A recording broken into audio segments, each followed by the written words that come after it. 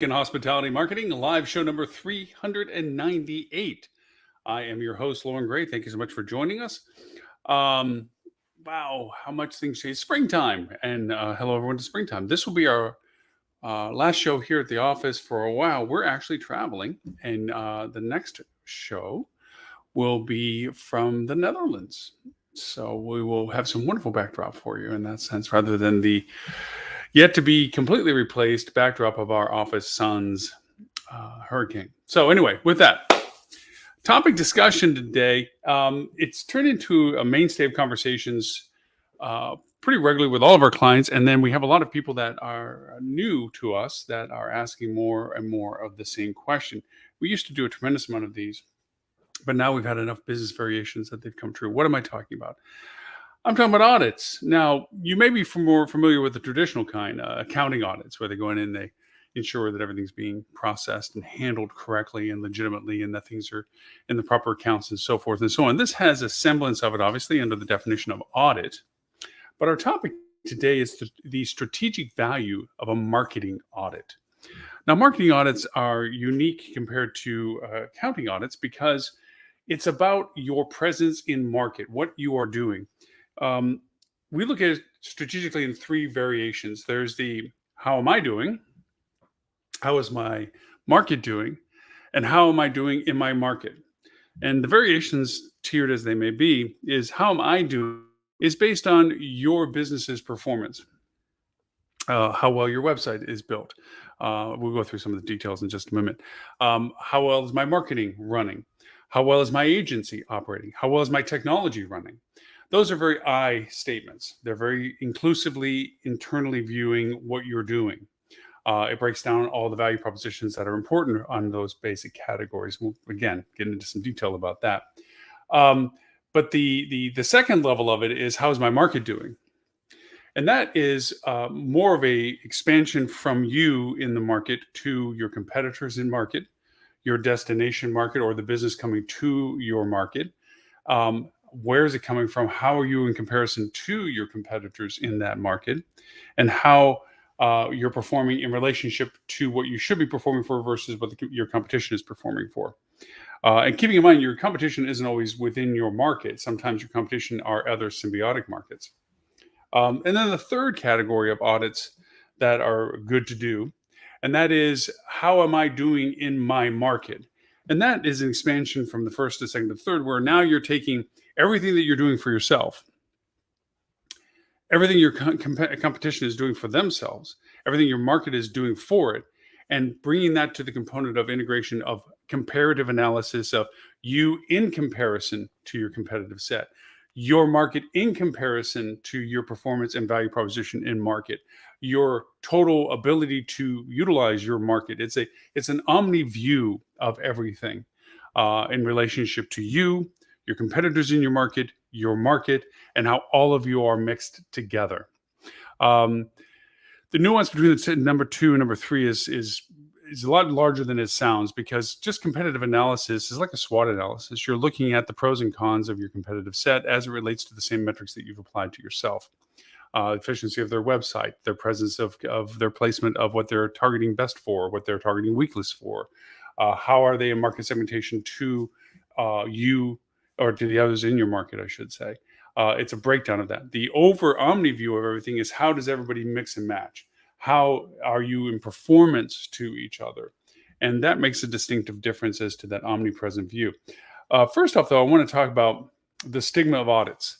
We're faced with always when we get requests of audits, more often than not, it is because there is a doubt as to the performance of something that they are doing or should be doing, or how their agency is performing, and they want a third-party critical eye. That's always a good thing to route out what may be of concern, or dispel that the concern is not founded.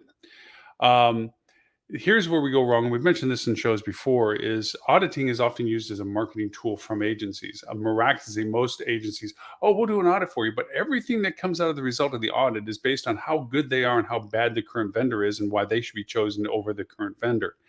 That's a biased marketing pitch. It's a long draw marketing pitch. Unbiased audits, what we do, uh, is incredibly valuable for a truly um, outside opinion of how everything looks without the taintedness of offering services that are unique from the people that are doing the audit and not offering you services that they don't do. Criticism of your vendors without also applauding your vendors as to what they're doing right. An unbiased audit is to say, this is the good, this is the bad, this is the things that you should consider, these are the things we think you should be working on, so forth and so on.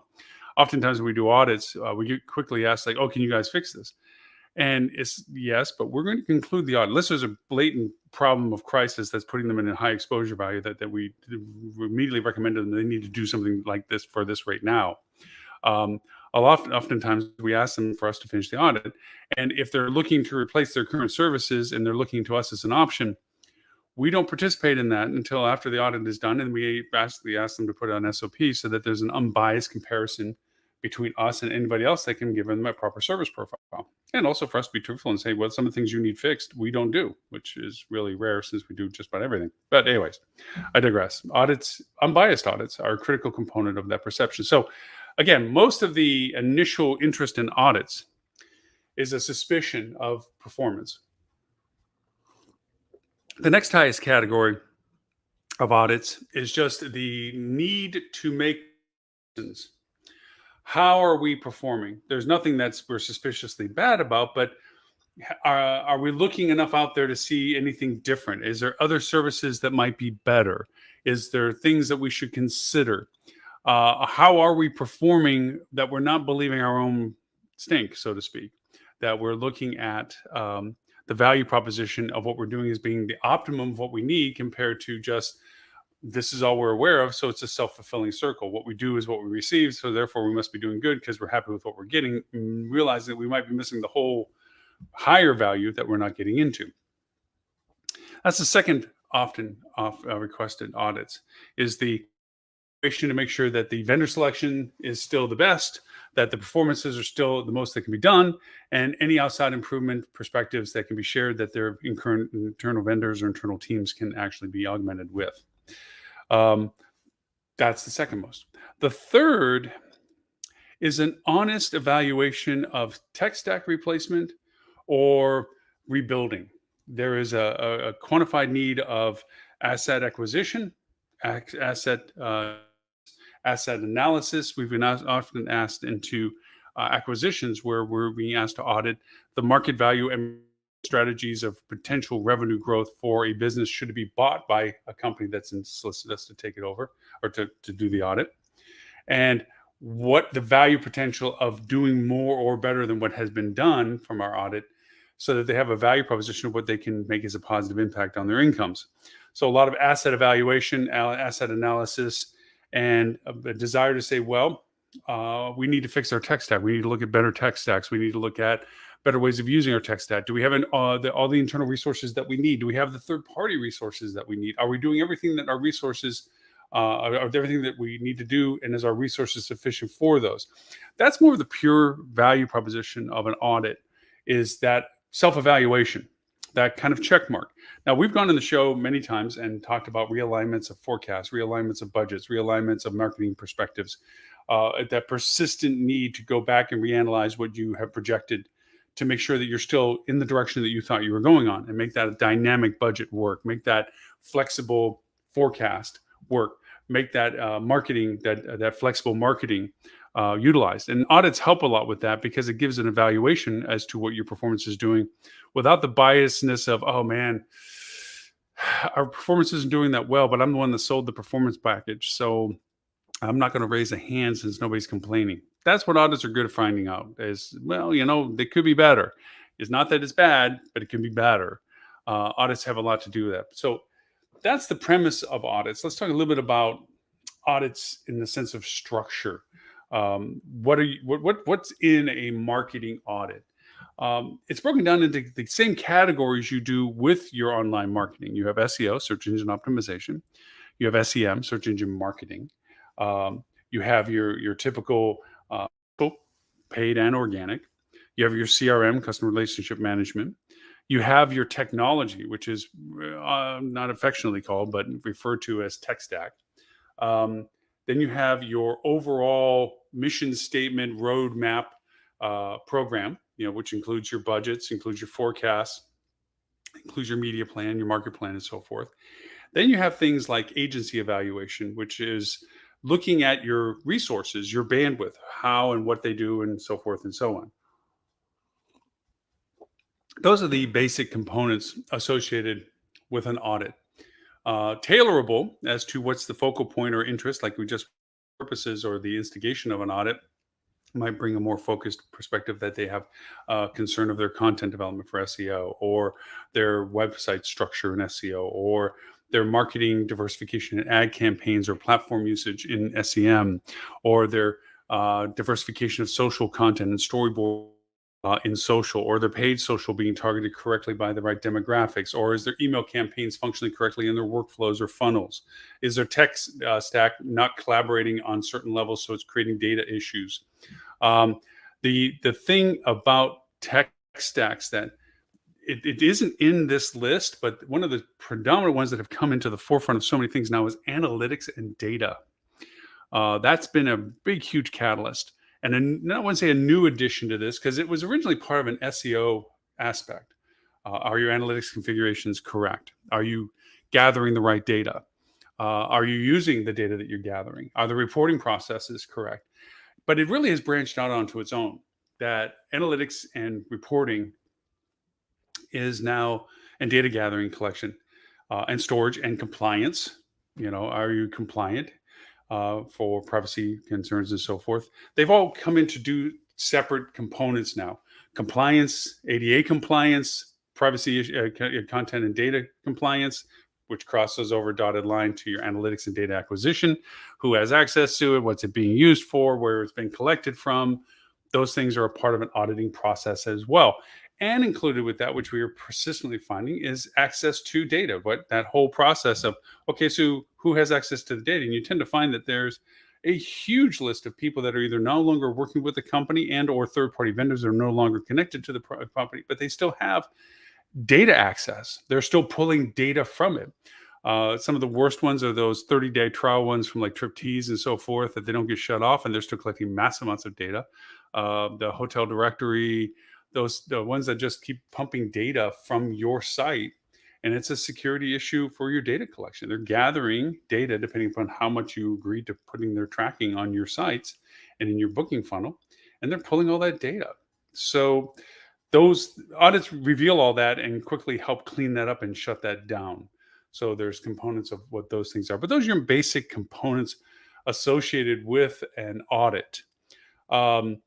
The things about an audit, the strategic value of an audit, from the purest sense, which is you feel like you're doing well, but you want to make sure you're doing everything that you uh, can do for yourself. You feel good about your third party, but you want to know if there's an expansion of requests to third party. The good third parties are like genies in a bottle. If you ask the right question, they can produce a tremendous amount of excellent content, excellent performances, excellent metrics, excellent everything. But you have to ask the right question. A lot of times, third-party vendors aren't there to hard sell you or push sell you into things that are only from their perspective. If they're a good vendor, moderate vendors will always try to sell you their service profile. If you already haven't bought the package related to whatever it is that they're trying to sell you, they're trying to sell you on it. Especially if they expand their services, then they're trying to sell you those additional services. Oh, now we do such and such, or now we do such and such. And they're not really necessarily the most valuable thing that you need to consider. That's where an audit helps, because an audit can determine whether or not that's actually viable for you. One of the ones we didn't mention in that short list of audit segmentations is channel segmentation, channel metrics, marketing metrics. We didn't talk anything about comp sets or anything like this, but the idea of which channels are you in? What's the production value of those channels? How is your meta search in comparison to your paid campaigns? Which channel of the meta search is your predominant production? How well are you doing on your consumer sentiment sites? Is that a feeder for you, or is it a detriment to you based on your ranking of you're in the top 25 or not 25? What is your meta search doing when it comes to your device usages? What's the crossover? What is your attribution data from your new GA4 accounts telling you? What are your contribution factors for the acquisition of conversions? These auditing processes that can either reaffirm what you're already aware of with your current internal resources or third party, or it could be eye-opening as to what you didn't realize you're not looking at correctly. And that's the real value, the real strategic value of a marketing audit, is it makes you look at the opportunities that you may not have been looking at before because you're now aware of them. The trap door to this is getting an audit from a group of people or a service like ours that is unbiasedly giving you the good and the bad, so that you have the unbiased perspective of understanding the data. And a good audit follows a good explanation. Just handing a pile of reports over to somebody and say, here you go. Here's what you asked for. Here's your whole audit. Good luck figuring it all out. We could tell you some insights, but we should. That's a part of the audit process, is explaining what this means. You can look at a number and then turn it sideways and look it back over again, and you may not understand the interpretation value. A lot of metrics, especially spaghetti metrics, pie metrics, and so forth, you think up is good, green is good. It's not. Sometimes higher traffic, lower conversions is a despairingly different thing. But you say, oh, we got higher traffic. Yeah, but you're not the value of that traffic is not coming through. Those explanations are warranted in an audit. The audit is to explain your channel segmentation is this, this, and this. You probably are about 5 or 10% higher in, say, OTA contribution than you would like to be, because at a cost margin of your contract, which would be part of the disclosure discovery of what an audit service like ours does, is, okay, what is your commission model with OTAs? Oh, we're at 18%, we're at 20%. Okay, so that 10% of your total market share, okay, whether it's aggregated over a 12-month period, quarterly period, monthly period, whatever, represents this much money that you're spending. That money, should you get even just for every percentage shift in that channel from OTAs to, say, your own meta search program, has a value proposition of this, because you're not only saving the commission, but now you're getting the direct communication there. So now that feeds your CRM model that you're not getting value from because it's going to the OTA.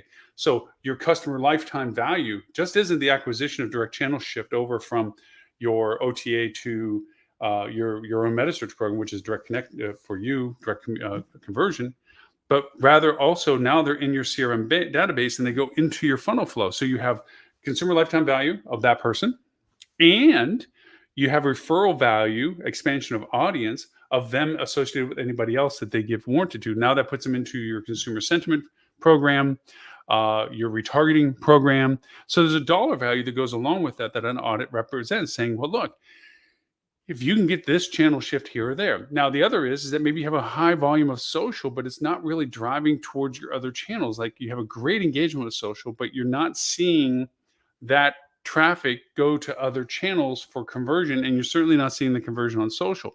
So what are you doing? Well, perhaps you're being too generous sharing unconvertible content. We're going to tell you everything about this event, but we're never going to mention the fact that we actually have an offer for our hotel for this event.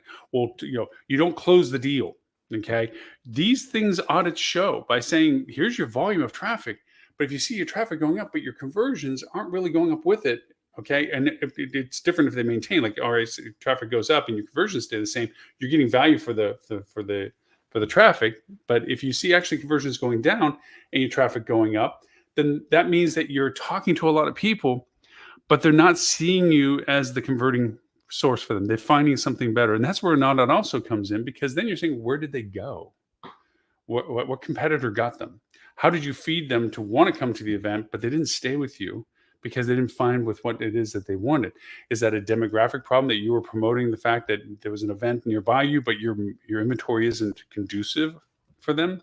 If you're a hipster hotel, you can't just flip the gears and become a family hotel because of a family event.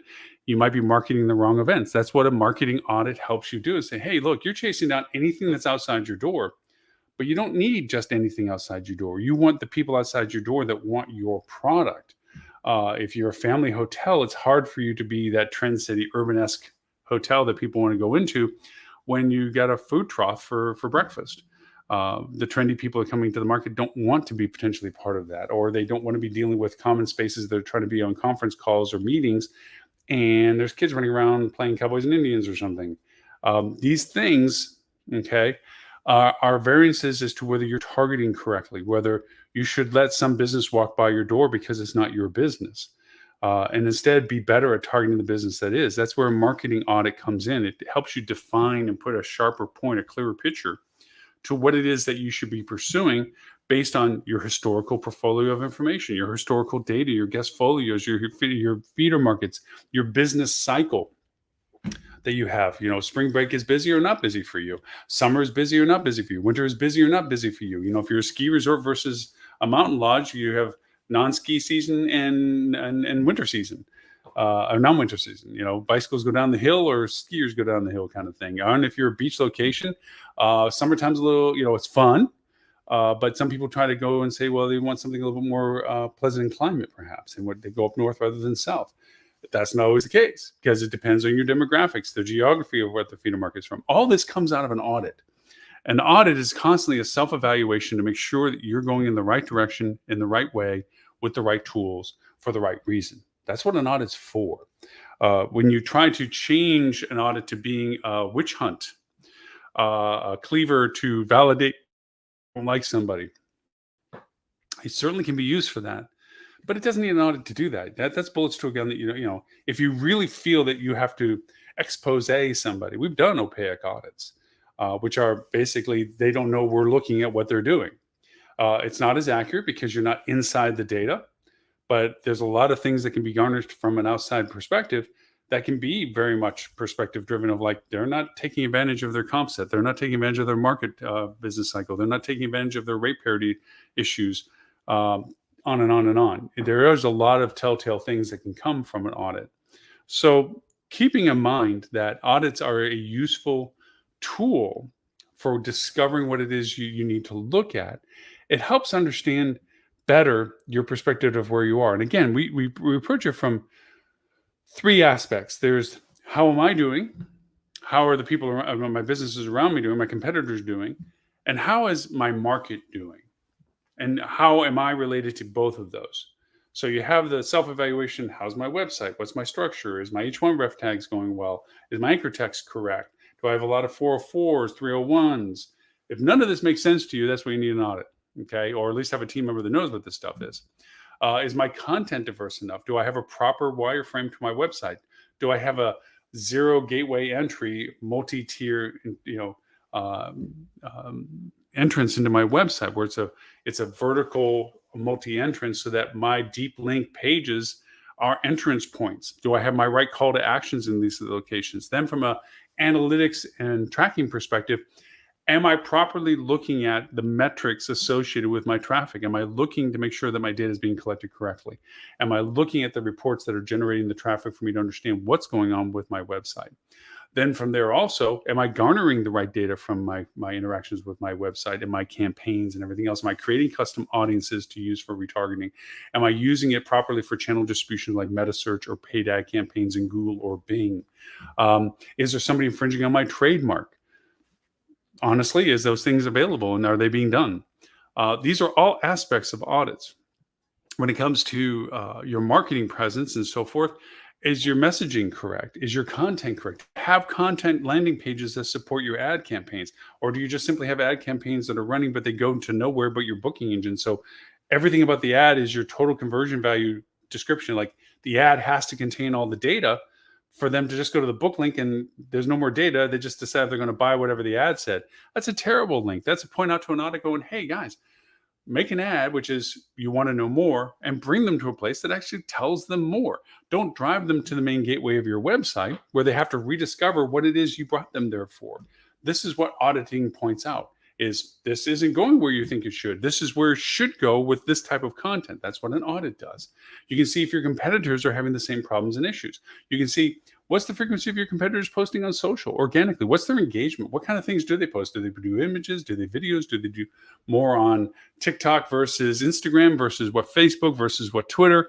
Where is their channel of preference and where are they getting the best audience engagement from? Are they dealing and working with any influencing organizations and groups where they have a great trend of people interested in them? Are they affiliated with businesses within your market?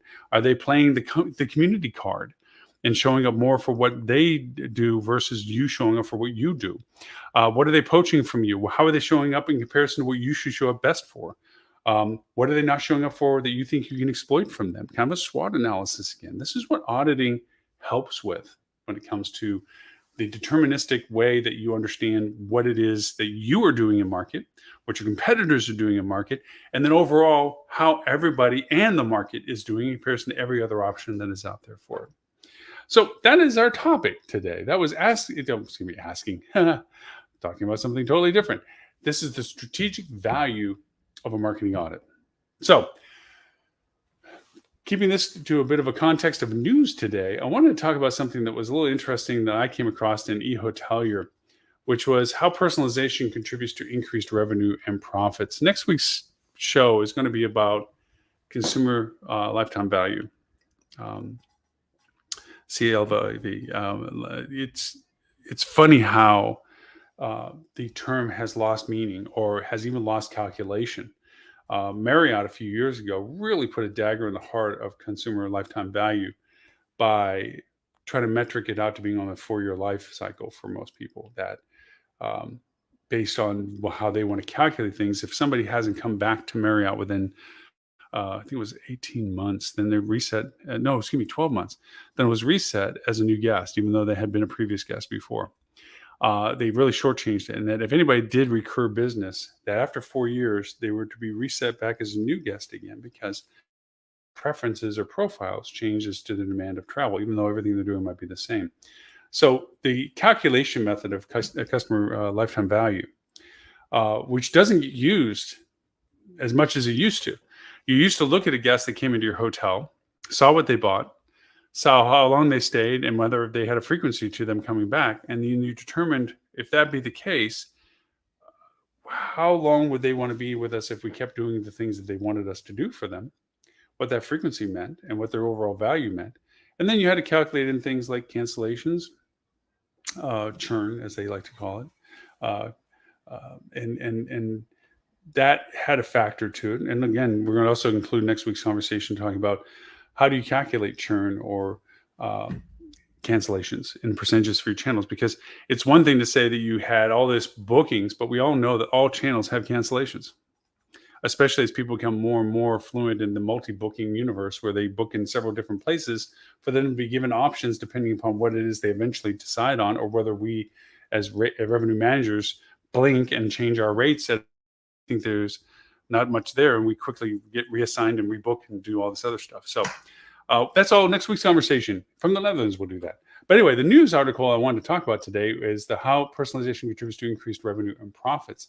The idea of this is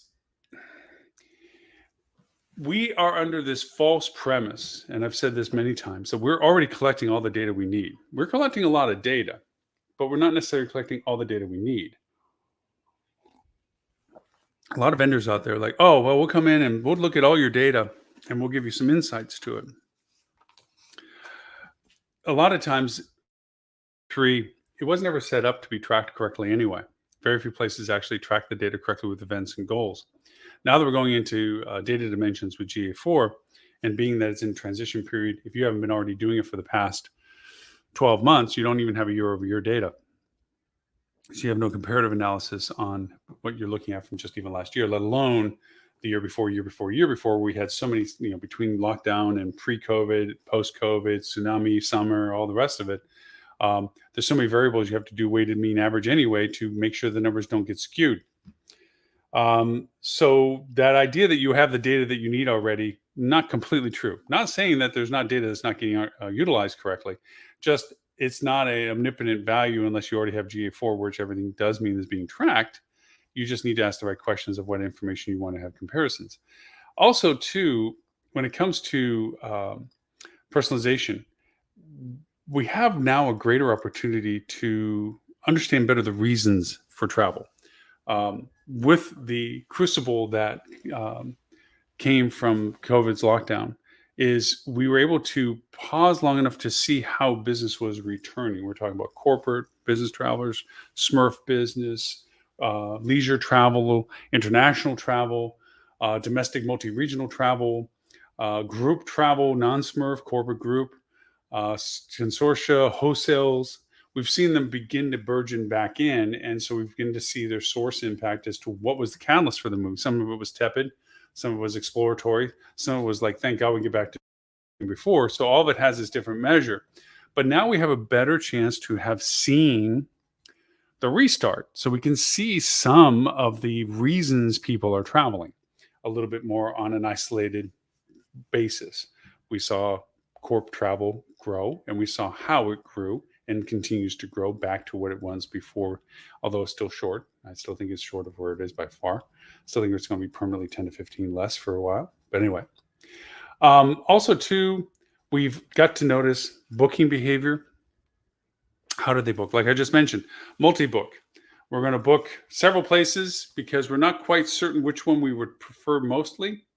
And given that sometimes things happen where you get walked or booked or overbooked or whatever like this, perks and benefits and points and whether or not you can get things leveraged and so forth, a lot of people will do multi-books and they'll just purge out the ones that they end up not taking, and which cause cancellations, which cause problems and holes and things like this. So you have to know the purpose of why they're booking in addition to their behavior to know how to secure them, how to keep the CRM collaboration with them consistent so that they feel more connected to you than maybe going to one of your competitors or whatever. So those are key components to getting the personalization correct. Um, Identifying that, as much as we love to say markets of one, it's spooky when you talk about a person's individual preferences in such a way that it resonates with them, going, wow, this is really weird. Where'd they get that data from? And now there's apprehension and doubt in the relationship with you. But keeping it micro segmented, where it's like you're not talking to them individually, but you're talking about things that are very individually interesting. Like, wow, that's really cool that they have that, and not feel creepy that we would have known that about offering that to you. That micro segmentation is incredibly important. Um, and also, too, I think when it comes to revenue yield, it's so funny, or not funny, it's sad actually. Companies saying, well, the cost of everything's gone up. And that's why their prices had to go up. And the reason why their prices go up is, yes, product cost did go up, but rather than marginalize their net profit to maintain the net profit that they want, they raise their prices. A lot of companies can absorb fluctuations in costs. The unfortunate thing of it is, it's a great excuse to make changes that they can blame on something else. No company wants to say, well, we want to keep our profits increasing, so we're raising our prices. That makes them look like a bad person. Now you're like, well, I'm just not there to fill your product, but I'm not here to go over and pay more money when there's somebody else that you're competing with that I can settle for. But if it's look, everything's going up in costs, I mean, we're being hit with this too. We saw that in the meat industry and so forth, where they were marginally. We see that persistently in the petroleum industry as well, that they maintain their record profits by raising rates. They probably could have gone over and absorbed a lot of that cost that was going on, but that meant less profit. And so those people that own stock in those companies and the people that operate them, they don't want that to happen. So they're good side, like, hey, we're here to be supportive. We're so sorry the prices are going up because cost is going up. That's why we have to raise our prices. When it's like, yeah, you're not really that sorry.